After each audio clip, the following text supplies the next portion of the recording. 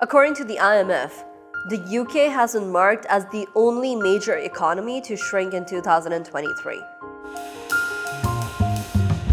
Latest reports from the IMF suggest that the UK's economy will shrink and perform worse than other advanced economies through this year, including Russia, as the cost of living crisis continues to hit households. The latest data from the IMF reveals that the British economy narrowly avoided a recession at the end of last year, but still remains smaller than it was before the pandemic.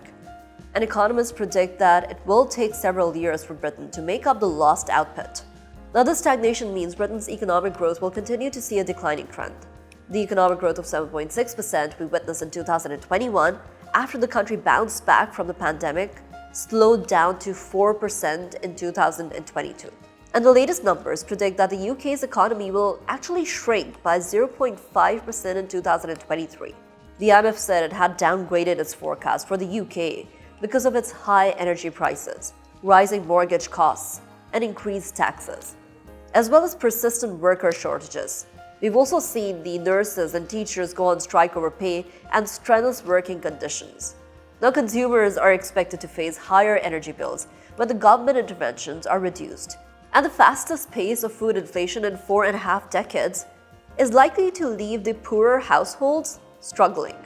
Now, this will be a very shallow recession, unlike the one experienced globally in the 2008 financial crisis. And while some experts suggest that the UK might be able to avoid a recession entirely, economic growth is likely to remain very low, creating the economic discontent in the country that is undergoing a political crisis of sorts, with 5 prime ministers in just 6 years since the vote on Brexit in 2016.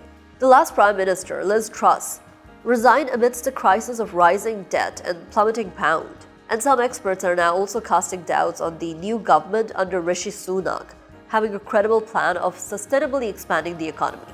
As the economic cost of Britain's departure from the European Union 3 years ago grows more apparent, there are fears that the country can be left behind the rest of Europe. I'm Tayyaba Nisar, and this was your Daily Dispatch.